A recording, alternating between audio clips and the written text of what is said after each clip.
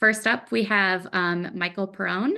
He is the COO of ProtoScore, and he's responsible for global sales, customer success, business development, kind of doing all the things over there, aren't you, Michael? He's a seasoned sales leader with 15 years of experience in the tech industry, and we're thrilled to have him on board. On to Adam Conrad. So unfortunately, Adam isn't able to join us today for the webinar, but he has contributed to his expertise to driving the presentation. So I wanted to be sure to include him here as well. If you don't know Adam, he's the founder and CXO of Great Recruiters. He's got over 2 decades of experience in the staffing industry, and he's super passionate about staffing and helping people to reach their full potential and building just a powerhouse of recruiting and sales teams. And rounding out the panel, we got Tracker Zone CEO Andy Jones. With over a decade at the helm and a quarter-century of experience in IT and staffing, Andy's a true industry expert. He brings a deep understanding in everything from business process to customer relationships, making him a perfect guide in today's webinar.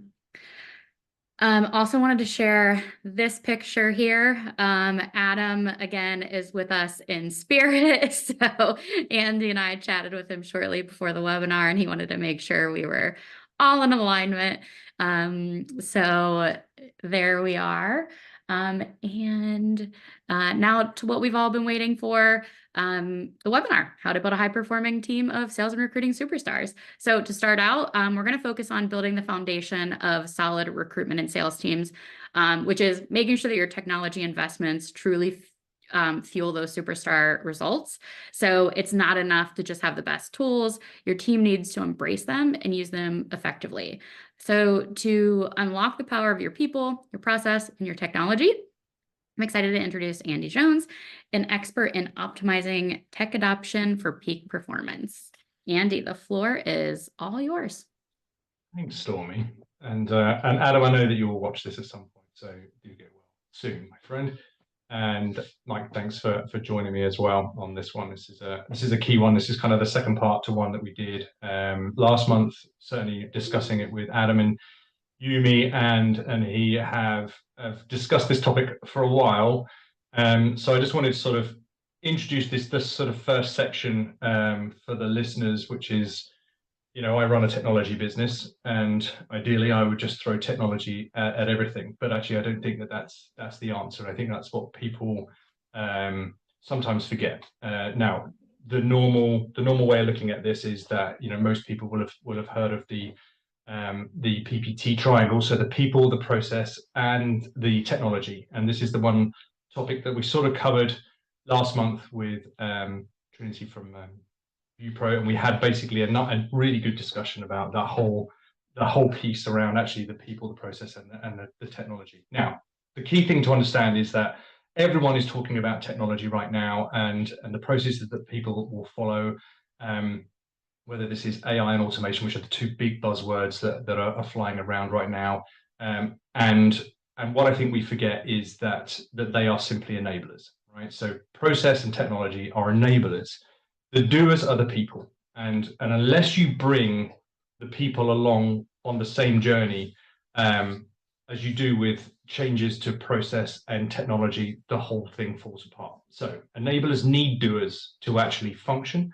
Doers can work without enablers. They don't work as efficiently or as productively, but they do work. And I think we need to understand, and it's hopefully refreshing for a lot of the recruiters and the business owners on this webinar to hear that actually we want to focus more about that piece, the people piece, the recruiters.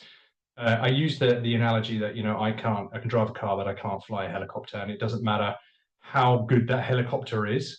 And how much you pay for that helicopter, I still can't fly it. And I think what people forget is that you can have traditionally very, very solid recruiters, throw a ton of technology at them and assume that it's just going to make them magically better.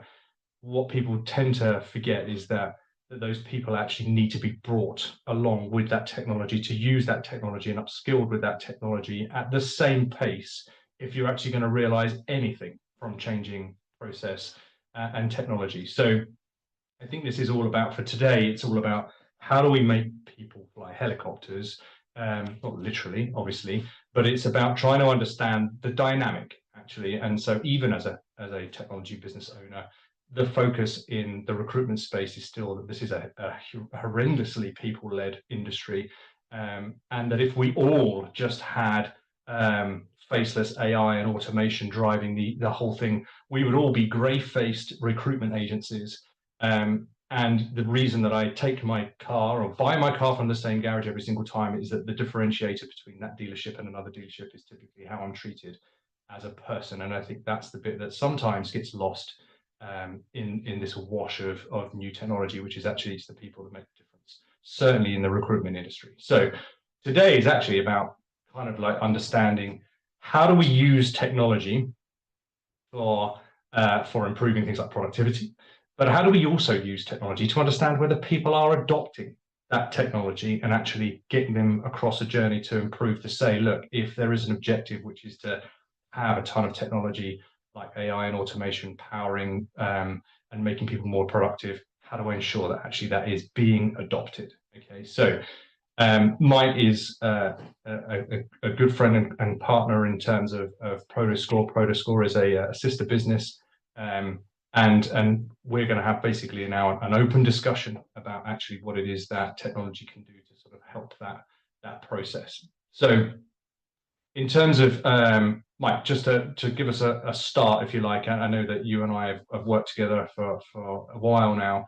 Just give us a bit of an intro, if you like, into sort of that ethos around ProtoScore and specifically around that recruitment piece. Yeah, so thanks, Andy. Thanks for the introduction. Yeah, I think it's fascinating, around your PPT process, right? You've got the people, and you've got the technology, and then the process of using all of those tools. And so where ProtoScore kind of fits in with a firm when it comes to kind of those three components is, you've got the people side of it, right? And when you think of your firm, you've got you probably have sales folks, you've got recruiters, then you've also got different types of recruiters, right? We've got more the junior recruiters, you've got the senior recruiters, or you have even full desk type in your firm, right, where they're doing sales and they're doing the recruiting, right? And what's fascinating is all of the technology that they use, right, is similar, right? They're using heavy cloud tools, applicant tracking software, telephony, video, job boards, LinkedIn Recruiter, right? There's so many different things that they go about on the day-to-day from a technology to the type of person. And so where we really come in and really have a good kind of understanding when it comes to that kind of stuff from a productivity standpoint is looking at all of those type of solutions, all of those day-to-day attributes that they're doing, pulling them in, and then giving you a way to digest it, right? And that's hence where ProtoScore, productivity score comes in, is to be able to give you kind of a trend and understanding of that to help be, a better leader to your people and your organization to kind of manage those different types of individuals, right? Really try to create what that blueprint for success is, right? And I think that that's something, we just saw that in the poll, right? How do we understand kind of that activity, that engagement within our people to be able to kind of replicate that type of performance? And just to clarify, so this is, we're taking very granular level data in terms of email traffic in and out. We've got call durations, call frequency, meetings, activity within the ATS, so within, say, Tracker, all of the things that are going on in there in terms of submissions, interviews, offers made, all those sort of good things. Correct. But actually, the granular level is not the important bit. The important bit is around the trend and actually what it means from a behavioral perspective, right? Yeah, absolutely. So most of the data that we collect, it's all the data is already there, right? So we're not like creating a new data point. However, we're giving you the ability to see all that data in a way that you can see it from a trend standpoint, right? So when it comes to kind of like engagement on that, the survey, right? It was about engagement, right? And let's say, Andy, you're one of my recruiters. I can easily see and digest as a leader potential disengagement, right? Whether that's collaboration with your team, there's disengagement there, or there's disengagement just from an overall productivity dip. Or in turn, you can see maybe burnout as well, right? Where you can see that trend line week over week, month over month, increase or decrease to kind of be able to kind of pull on that trend, more importantly than what, how many calls did you make yesterday, Andy? It really gives you kind of a full encompassing picture from a trend perspective to kind of be able to identify those things.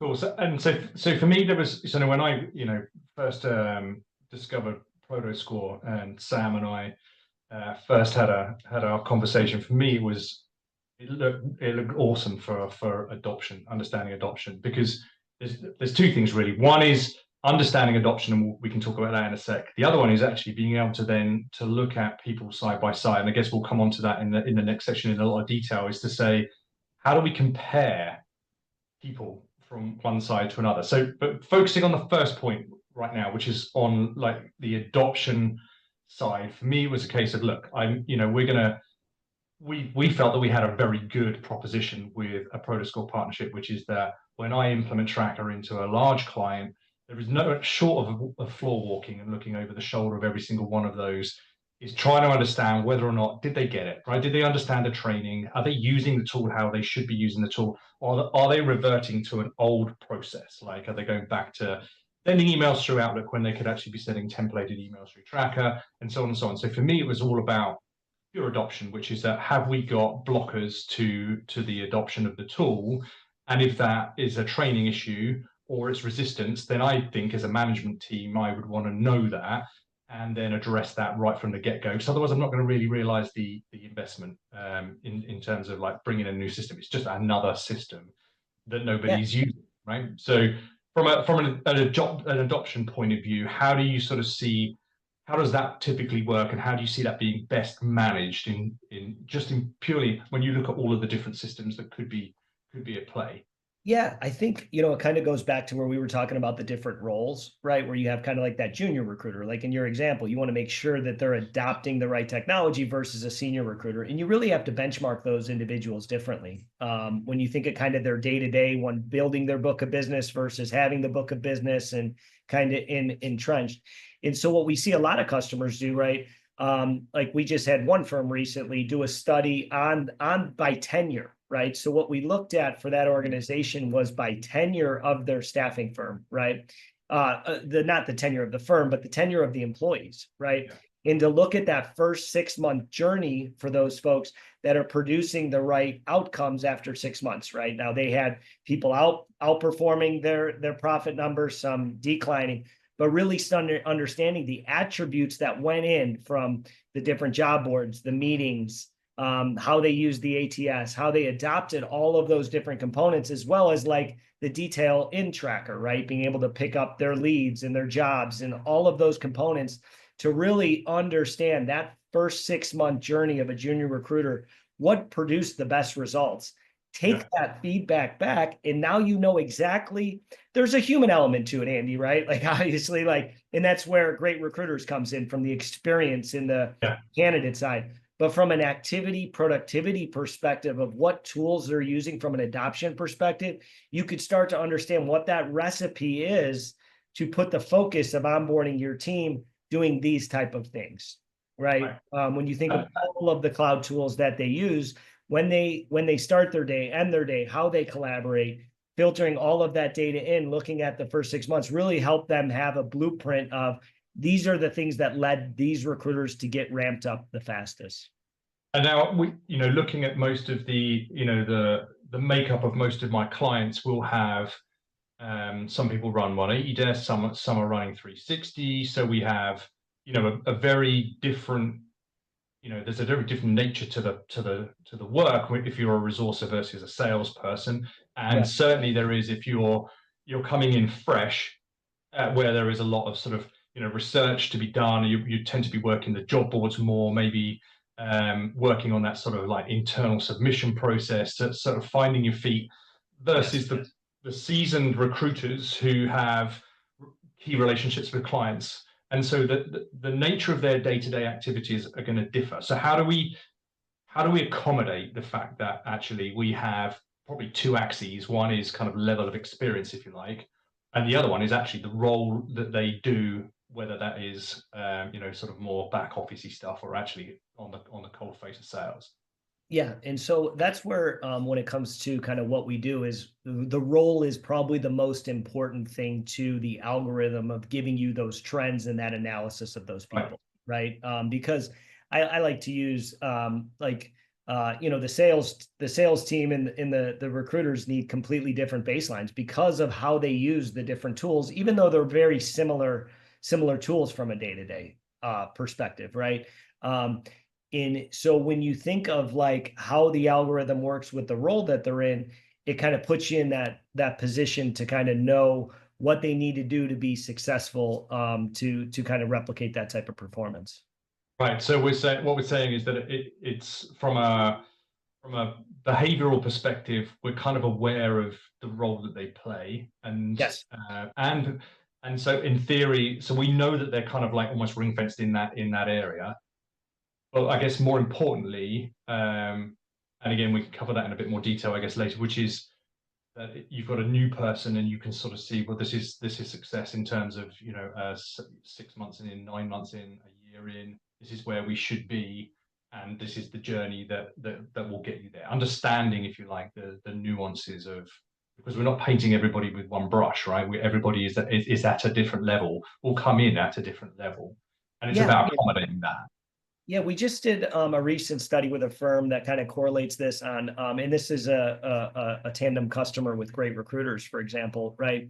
When we looked at their tenured senior recruiters, and with Great Recruiters, you're getting feedback. Obviously Protoscore's got all your activity, but Great Recruiters is also a fascinating data point on kind of using your technology in the process. So what we did was we did a study where we took this client's reviews. So these are the candidates' reviews of the recruiter, right? So it's a fascinating data point for us. And is that at the point? So just to confirm, because Great Recruiters is not an end of service review, right? This is very much in process. So this was Correct. done kind of like a sort of resume submission. Is that Yes, correct. It's going throughout the process as you're using all of the tools throughout the process, right? Right. So you've got this kind of like joint journey of getting multiple data points.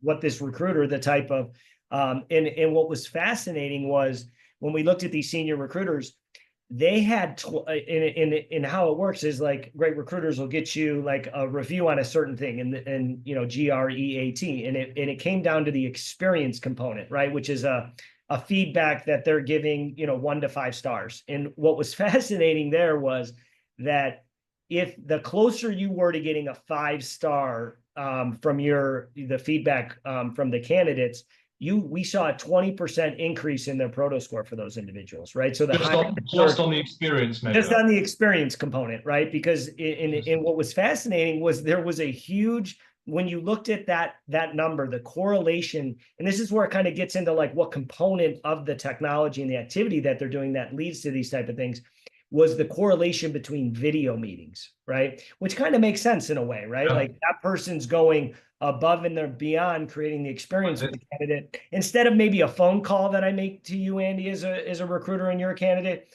we see that these folks do heavy video meetings, right? Which probably leads to a better experience than just a quick phone call, right? Which we capture all that data on, right? The phone calls versus the video meeting. So it's those type of things that you can really start to understand when you're looking at the junior recruiter, how they map up, and just these other data points that you can layer on to put you in a better position to really understand how the technology impacts the experience that your recruiting team is delivering out there.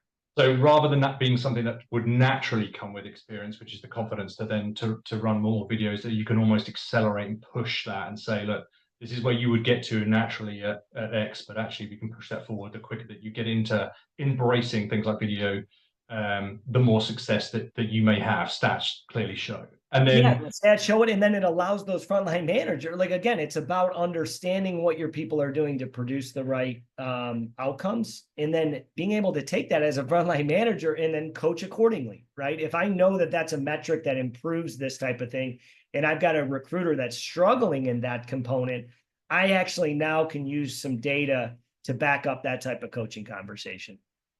Perfect. And that works from a on the experience side in terms of rolling back to sort of what it is that you and I first had conversations with in terms of adoption.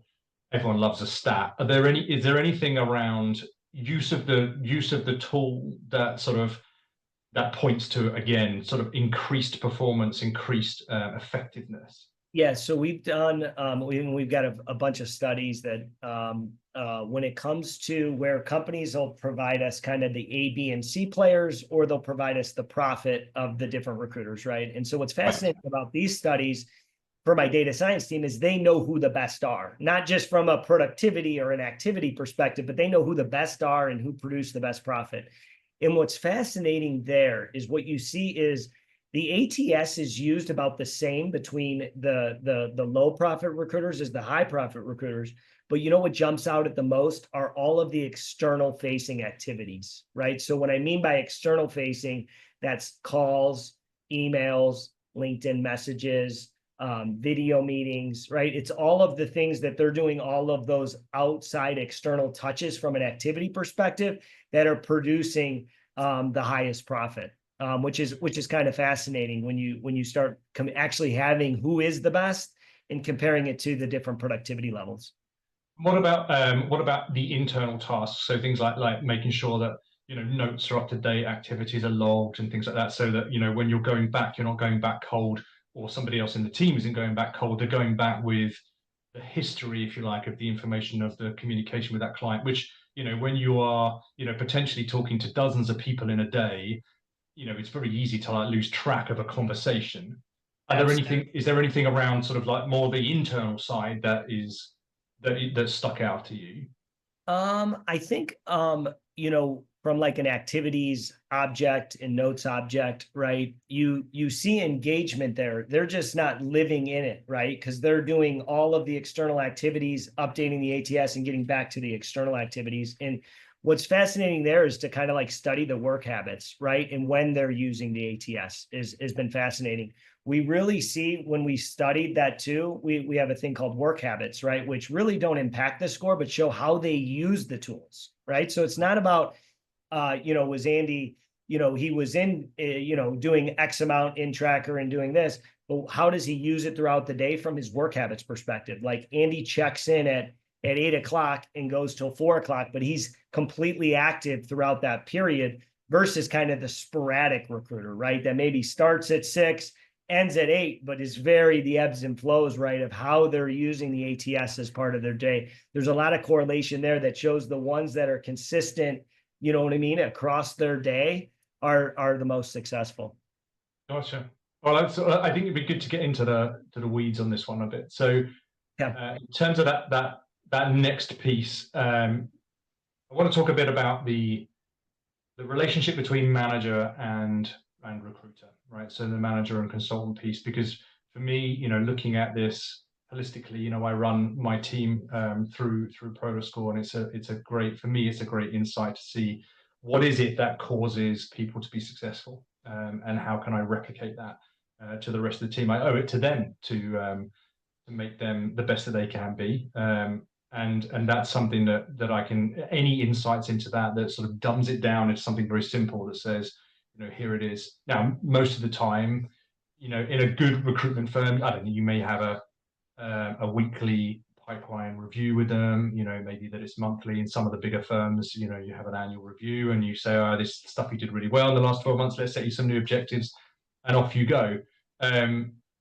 This is in terms of understanding behavior, one of the benefits of doing stuff like this is that it is near real time. And for me, it's about how do we create a relationship between a manager and their team that allows them to really sort of harness this kind of real-time data, right? With a sole purpose of saying, look, we can make small changes and we can see the effect of those changes and move you in a path to success quicker than we could by, I don't know, having a monthly review that says, well, this is the stuff that didn't go well, this is the stuff that did go well, let's try a few things and then I'll speak to you again in a month's time. Everybody loses out in that scenario for me, right? And this is much more about how do we get to a point where we've got near real time review. So talk to me a little bit about that sort of manager relationship piece? Yeah, this is something that has been a hot topic, right? With the firms that we use on how do we enable all of this data and all of these insights to enable the frontline managers, right? So it was kind of this like project of mine. I was at ASA, Staffing World in Nashville a couple weeks ago. So the whole time in the booth, I was like, all right, I'm going to crack the code on this manager to kind of recruiter relationship. And so, I was asking a lot of questions on like, okay, around your frontline managers coaching these recruiters to make them better, what do you want them to do? Right. I was just trying to like, kind of understand. And a lot of the feedback that I got was, they'd want them to collect all the data, right? They'd want them to go into the ATS. They would want them to go and look at the phone system from an activity perspective, or get their KPIs from this data source within their firm, right? Prepare all of that information, understand the different trends for that recruiter, then put together a plan for them prior to the meeting, because preparation is so important to those type of coaching conversations when you sit down. And so when I kind of hear all that, I'm like, okay, the data lives there, right? Like we can help them with this, right? And so I think what I've seen is, from that perspective is, how can we enable them to be more effective, right? And so what we've got going on right now and what we're kind of seeing there is, let's look at that recruiter versus themselves, right? And see if we see any trends there, right? And that kind of goes to that, activity component, the engagement perspective. Let's look at that recruiter and then look at them versus the best in their role, right? Yeah. And so the ability to take those different trends out, serve them to that frontline manager. For example, if you're my recruiter, right, and I'm going to meet with Andy this week, right, being able to go in there, see all of those trends, provide me recommendations, and even open it up with coaching conversations, right? And we're doing a lot of this with generative AI and so forth to enable that frontline manager to have the conversation. What the feedback I got was that like a lot of them don't do the preparation, so they postpone those type of one-on-ones, right? Yeah. And so by feeding them that information, you now have that type of transparency. And this is the key part of it, Andy, and at least me using ProtoScore over the years, this has probably been my favorite part from a coaching perspective, is the transparency, that the end user understands where they stand going into those type of coaching conversations, right? So if Andy, me and you are doing a one-on-one in this example, right? You have clear transparency coming in Andy's up 30% last week, right? So I got to make sure Andy's not burning out. You were up 30%, right? Or Andy's down 30%. And these are the reasons that he's down. At least we start that conversation on a level playing field when it comes to what we're going to work on to be successful. Right. So no surprises, no sort of coming in and doom and gloom, bad news or whatever. It's like, well, we know where we are. I guess for me, it's like the key benefit will be those meetings. You can spend half the meeting digesting on the, how you got to now. But with the transparency, you kind of start the meeting knowing where you are now. And actually, it becomes much more about a continuous improvement process, which is, what do we think went well? What do we think we can change? And how do we see that? And let's see if we can see the effects of that sort of more quickly than anything else. Plus, as a manager, I'm armed with well, if you compare this to person X or, my A-list consultant, then I can see exactly which, you need to be doing this more, or you need to be doing this less, and so on. So it becomes less about periodic course correction. It becomes more about continuous improvement and driving and using transparency to say, look, we both know where we're sitting. Our job is to make you better. How do we do that? And use those meetings more productively to look for effect change, essentially, than yes, just 100%. Because like I was saying earlier on in our last section, is like you understand what the blueprint is, right? So let's say we were taking an employee that's 90 days into their role. You kind of know the blueprint of what you want them to do to be successful, right? So you have a blueprint to work off of based on data. So when you have those type of conversations, let's say, Andy's not, you're well below average in your tracker leads and your tracker jobs and your, in your activities, right? Like it's just clear that you're way below when I'm looking at you versus those comparisons, right? We can objectively sit down and talk about what we've got to do to get those, right? And the beauty of it is all of those things impact the weight of your productivity score, right? So when I sit down and we talk about these things that can impact it, you've got that clear transparency to see, did I make an impact as a leader, right? So, I mean, that's one thing that, like, if I see massive disengagement from one of my employees, I'm able to have that type of coaching conversation. And I hope I see that the engagement goes back up and I did a good job and I got them back on track. So when you, and that's the good thing as a leader, to see that, like, I've got them back engaged, doing the things that they were doing to be successful. And just having that is just it just helps you tremendously as a leader, especially in the remote world we live in too, where you might have, Andy, you're my recruiter. You can be in California. I might not see you that often, right? To be able to kind of gauge those different behaviors from a productivity perspective, and just having clear transparency between the two. Gotcha. So boiling this down, as a manager, I would want, I want a recipe book, right? I want to know that I've got a team of, and I'm guessing there are stats on the most productive number of direct reports, right, for a manager. But let's say we've got half a dozen direct reports. Some of them are new, some of them are old.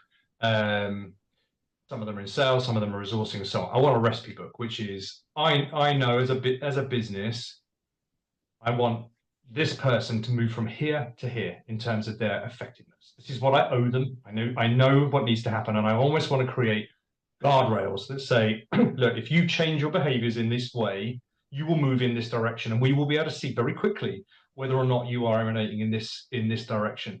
It may be even that we use this as a means of understanding whether we've got dead wood or people who aren't skilled enough. And I guess we can probably cover that in the next section as well. But in terms of the recipe book, as it were, what's your experience in terms of working with recruitment firms to say, no recruitment firm is necessarily exactly the same. Everyone has a different dynamic in terms of the stuff they're doing, and plus this could be high churn recruitment as well as sort of like high end white collar. Then is there a means of almost creating this sort of like a playbook that says, look, this is essentially what you need to do with people of this nature to get to see them improve, and things may change along the way, but by and large the trajectory should be this, and this is the behavioral change. Yeah, and so what we do there, like, once, when firms provide us those end outcomes, so we work with our data science team, once we know those certain components that lead, then we can associate even weights and do custom weighting and stuff into the algorithm to kind of pull out those most important key attributes, right? And then what we do on those key attributes is we can then build trends and alerting off of that, right? So if we know in this role that you've got to have X amount of certain types of activity, we can build trends and alerts off of those to surface those type of insights that these are lacking. And we know that this has to be done to probably produce proper outcomes. It's very rare we see like low proto scores or low activity in you produce a good profit. It's just there might be one or two unicorns in an organization or a firm that can do that, but that's not scalable, right? Usually we can find what those blueprints are, build the trends on those, and then service alerting on those different components, which is pretty powerful.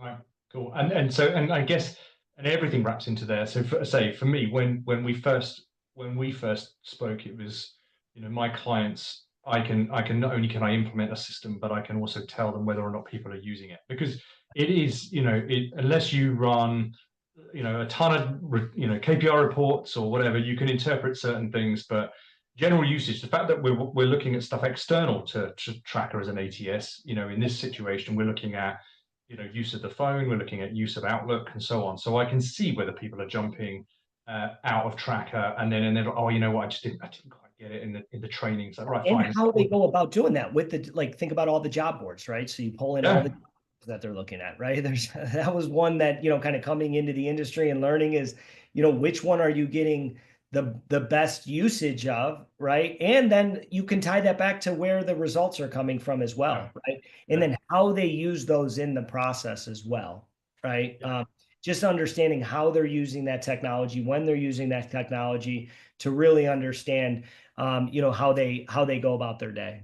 Yeah, because I mean, the general makeup of any of a agencies, their tech stack will be Outlook invariably. It will be some kind of video, whether that's Zoom, Teams, or whatever. It will be their ATS CRM, so a tracker solution or whatever. And we need to look at that in the whole to really understand behavior. We can't be just looking at one thing. And as much as you can run reports out of an ATS, it isn't actually telling you whether people are actually reverting. They may be very productive in working in Outlook, and it's a case of just trying to, again, upskill them into certain things. But so this is perfect in terms of like the whole picture around things like adoption. Again, that was the key thing that drew me to ProtoScore in the first place. But then we've got the great recruiters piece. So we actually have, understanding whether or not the adoption of the tool, completing my notes, making more video calls, whatever that be, actually works on the cold face, right? And that is about sending out the great recruiters reviews at various stages of the process and understanding actual feedback. Hotels have been doing this for years, right? No one expects to get 5 stars straight out of the gate. It's all about understanding how that improvement comes in. So reflect a little bit more on that piece. So the great recruiters feed back into ProtoScore and how that plays a part in the overall piece around behavior. Yeah, we just had our data science team look at one firm that has been on, I think, Great Recruiters for over 5 years, has been on ProtoScore for over 3 years. And so the biggest component that, of the GREAT reviewed component, which produces the different stars, the biggest one, which is not surprising to me, because when I think of, ProtoScore. Talk us through that. Talk us through the GREAT. Just talk us through that piece. They get reviews. Yeah, so you're getting reviewed. Are you genuine? R is responsiveness. E is experience. And I know. Do you have them offhand, or like I predominantly but when I think about it, right, when it comes to ProtoScore, right, the two that jumped out at me the most were the experience that the recruiter's creating, and then the responsiveness of the recruiter.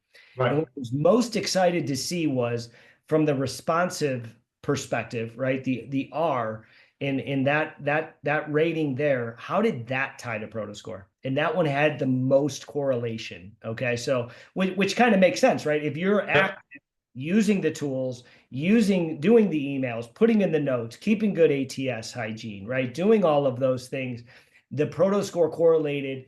The higher they got to a 5 in the responsive category, had a 30% uptick on their ProtoScore, which is really, really high from the correlation to those two things. So when you think about getting that type of feedback on the recruiter from the candidate and then correlating it to that number, it really adds a whole nother layer there of, improving the responsiveness of your candidate drives correlation directly to the type of activity that recruiter's doing.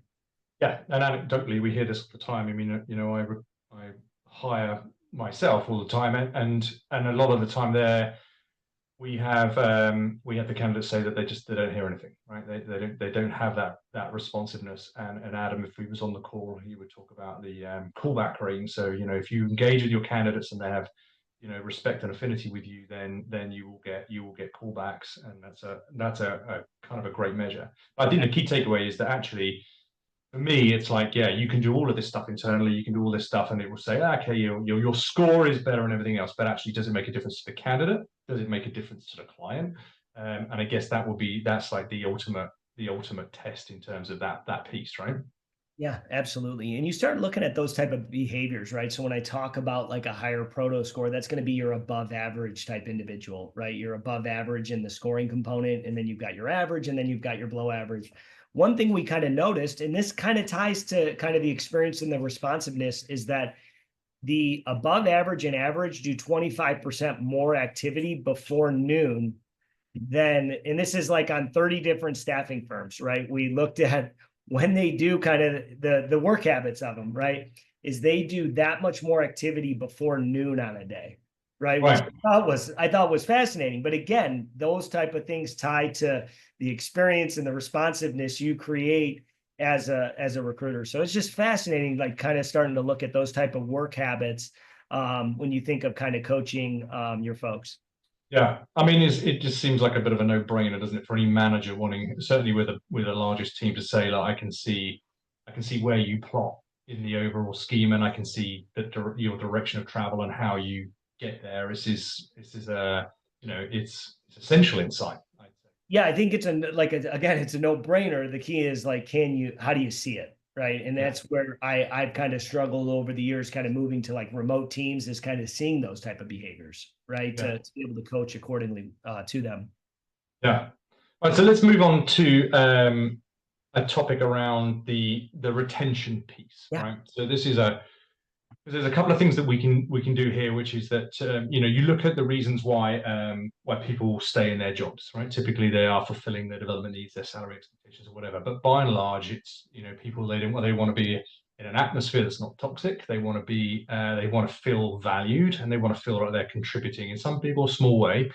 That they need to be motivated, right, and supported through that. And what we see, it certainly is, certainly with the bigger clients that we implement Tracker into, is that you definitely get different camps of people. Some people that want to embrace technology and love it, and some people who are quite happy with a spreadsheet and post-it notes and a phone and get on with it. And they don't understand necessarily from the get-go what the benefits are going to be of using a system like that. But then we've alluded to a lot of those things in terms of understanding previous conversations and so on, and having those notes to hand, and the various tools that we can use like AI in trying to help and prompt people on the things that they should be maybe taking notice of. But that, for me, it's like you can throw technology at somebody and say, look, it's a sink or swim thing. And that, typically when you've got maybe owners who aren't necessarily as out of the day to day, and they're just going, right, here's all the tech, make it work, become great.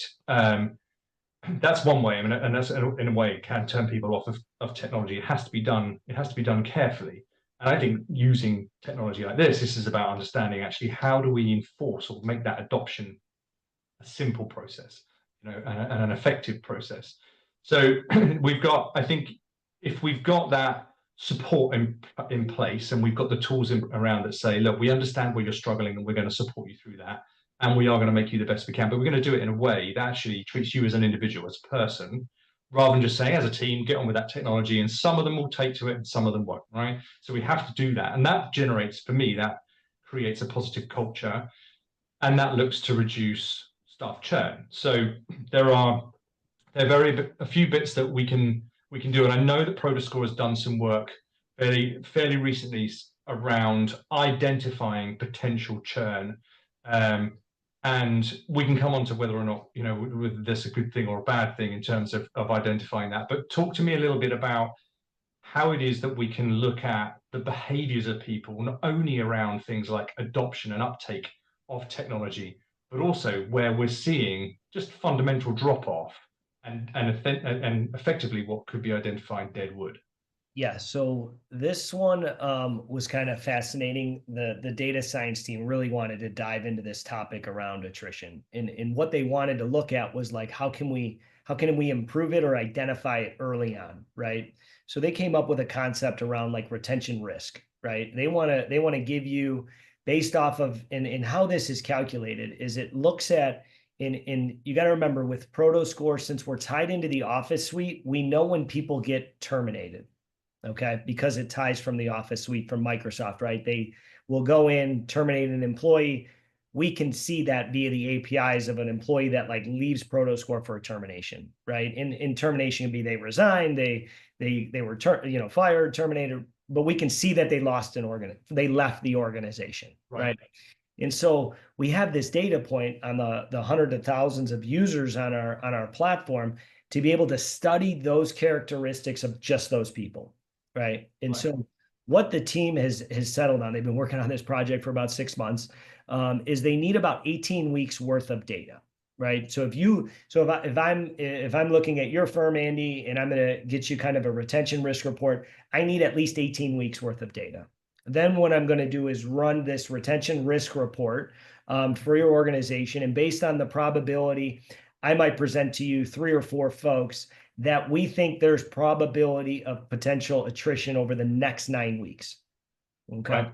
Now, So again, 9 weeks out, you can 9 weeks, this is the probabilities built that over the next 9 weeks, we think based off of Andy's trends and what we traditionally see from people that terminate a business, right? And we're talking about all the different data points, how they disengage from the ATS, how they start to disengage from team collaboration on chats or Slack, how their video goes down, their calendar goes up. You know what I mean? All these different attributes that they've been able to study on all of these users. We think there's a probability that Andy over the next 9 weeks might attrit, right? So if you've got 100 folks in your organization, you might present 3 or 4 that we might see this on, right? Now, again, this is all just about kind of the transparency of like looking in and getting ahead of those things. I think there's nothing worse. I'm sure you've had it in your career where a top leader within your organization or a top salesperson or recruiter comes in, you didn't even see it coming, and they're resigning, right? We want to be proactive to try to give you the ability to get in front of those to kind of save those individuals. So it's a retention risk report, looks at 18 weeks worth of data with a probability of these indicators that these folks might possibly attrit over the next 9 weeks. And so from an implementation point of view, because when we did our trial, right back when, you were able to collect actually quite a lot of historic data from the get-go. So it wasn't like we were starting on day one. It looks like, we could actually get up and running quite quickly with some of the data that we can collect, because I think you can go back 3 months or something like that from the get-go. Is that right? Yeah, so we can, and that's kind of where we can go back. We can go back 90 days. So once you onboard the Office suite, we go back 90 days, and that's where building out the baselines in the algorithm becomes important. Gotcha. Right? You get a baseline from day one to be able to kind of pull on that historical data to kind of be able to build where's your productivity today and then where's it going, right? So over the first, the study that I presented at Staffing World, we looked at that component. So we had a baseline on day one with ProtoScore. In a 4-month period, we were able to see a 14% increase just in the first 4 months from a productivity standpoint. Just having visibility and transparency, right? Just alone there, you saw a boost in productivity because we had the baseline prior to being able to measure going forward. Okay. So behavioral. So for me, it was always about behavioral improvement, and then reputation. So from a behavioral improvement, we're saying we can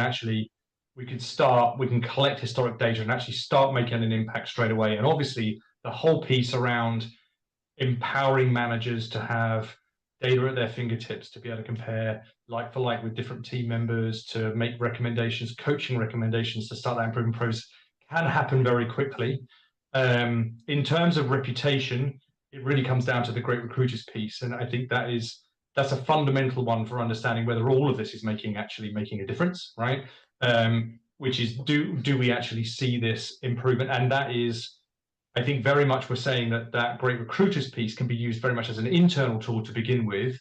It does have the ability to be externally visible for branding purposes and reputational acceleration. So that whole piece is available. But I think initially it seems like actually you'd want to use that as an internal tool to actually pair up with the data, with the granular data that we're using to understand behavior, is then understand actually whether or not it's making an effect to the end customer, right?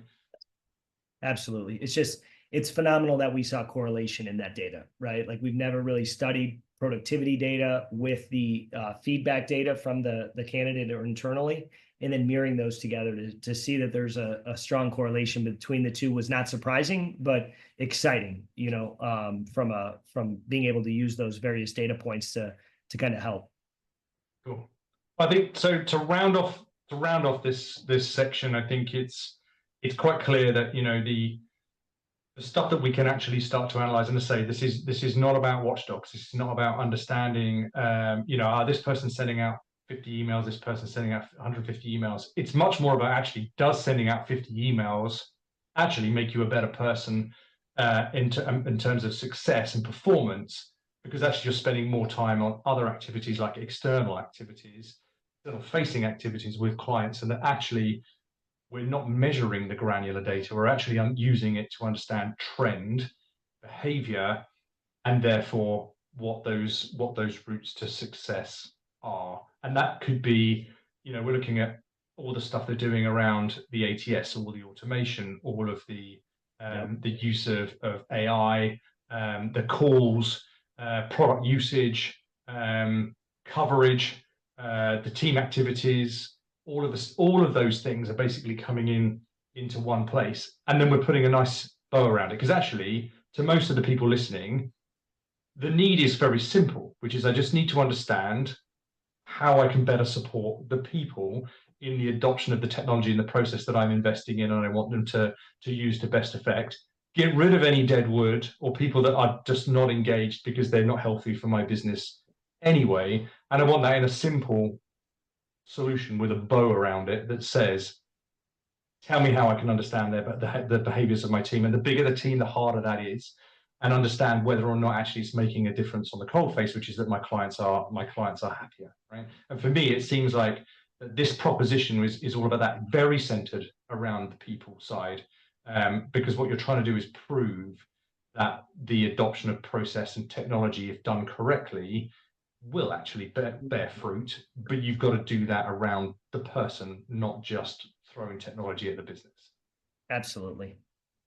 Cool. Any part and ending comments or observations from your side, Mike, before we head into any questions from Stormy and crew?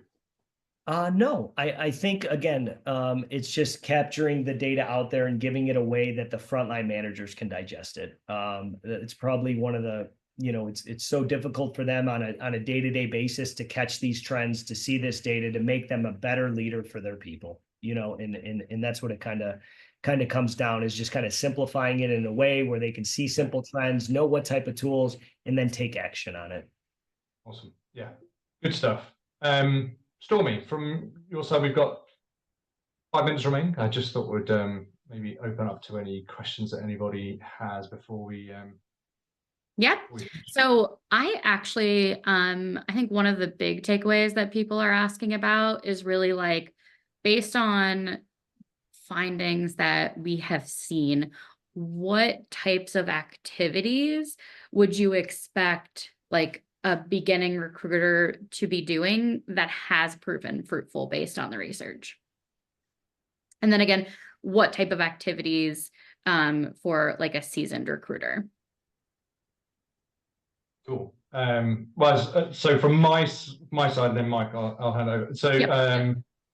yeah, I mean, we obviously see key differences in the behaviors of those. Mostly when the new ones are coming on, they normally will work with a consultant. Consultant is normally the front-facing person, so they are dealing with more of those sort of the external activities that we're talking about. And then the juniors or the new recruiters are finding their feet. So they're doing a lot of research. So it tends to be use of the job boards, updating the ATS, making sure, maybe that they're doing a lot of the sourcing activity. So internal submissions, the tracker ProtoScore integration is one of the most complex ones that ProtoScore have. And certainly for us, in terms of a feed of information, there are a ton of metrics that we push across so that we can understand the journey within ATS, and how that plays a part in the overall makeup of activity, because there's a lot of things that go on a desk. The external, the more seasoned recruiters are the ones that will have the relationships with the clients, so they'll be spending a lot more time understanding, collecting job description stuff. So you wouldn't necessarily expect there to be it's sort of short bursts of information like JDs going in, or being crafted and worked through with the client, more meeting time, ideally more video time, and then obviously doing some of those follow-up interviews, and then the actual resume submissions to the clients and processing those. Mike, I don't know if you've got any other insights from your side that you see. I think a lot of what you just correlated from an activity perspective, you can have those different baselines to really understand those types of activity when you're onboarding a new recruiter versus a senior recruiter. I will say one thing we didn't really hit on, from the junior recruiter to the senior recruiter, that's kind of that companies have looked at and kind of moving folks back more to the office, is the more junior recruiter. With ProtoScore, we have the ability to kind of understand where their productivity levels remote or in an office. And we're seeing a big drive on those more junior recruiters on wanting to have them back in the office, right? Versus kind of having that type of flexibility.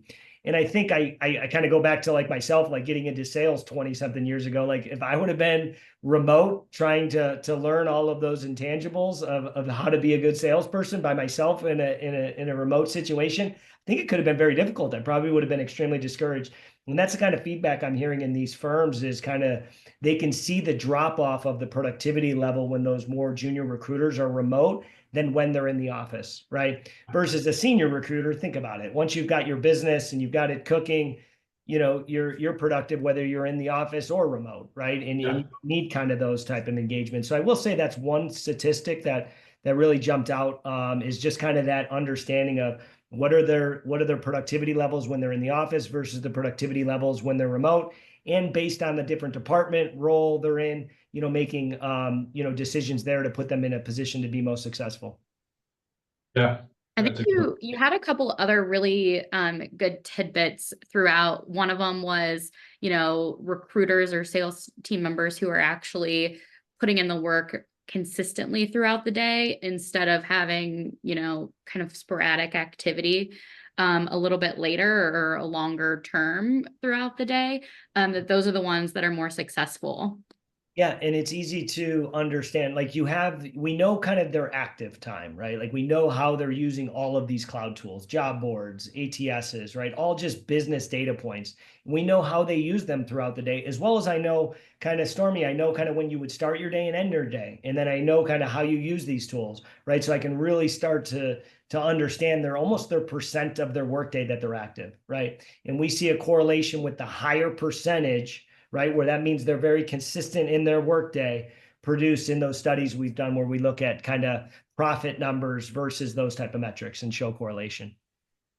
Yeah, I thought it was also interesting the fact that people who are more active in the morning have that one was fascinating. That one kind of came out of nowhere. That Adrian and the data science team were like, we studied, these 25 firms. Here's something interesting is like they do 25% more of their activity before noon than the low productivity people do. But it makes sense, right? It's like procrastination. Right? Yeah, it is. Yeah. You're right. And that's where you've got technology affecting process potentially, because you can say, right, all the calls, let's just do all the calls in the morning and see if we get better take up, right? So it's anyone who's interested in understanding literally the insights of the team and the workings of the team, need to get on board, because this is the thing that can make a big difference between your agency and anyone else's, which is actually how effective are the people. And it's again using process and technology, but it's how effective are the people are actually adopting it. And this is a key one for us. Yeah, and I think like a piece around gamification too. It's like, okay, if you want to do your call power hours or something, make sure you're doing them in the morning, because they seem to be more successful. So just those sorts of insights that come out of it. Everyone's got a Proto score as well, right? So that's your Proto score, and it evolves every day.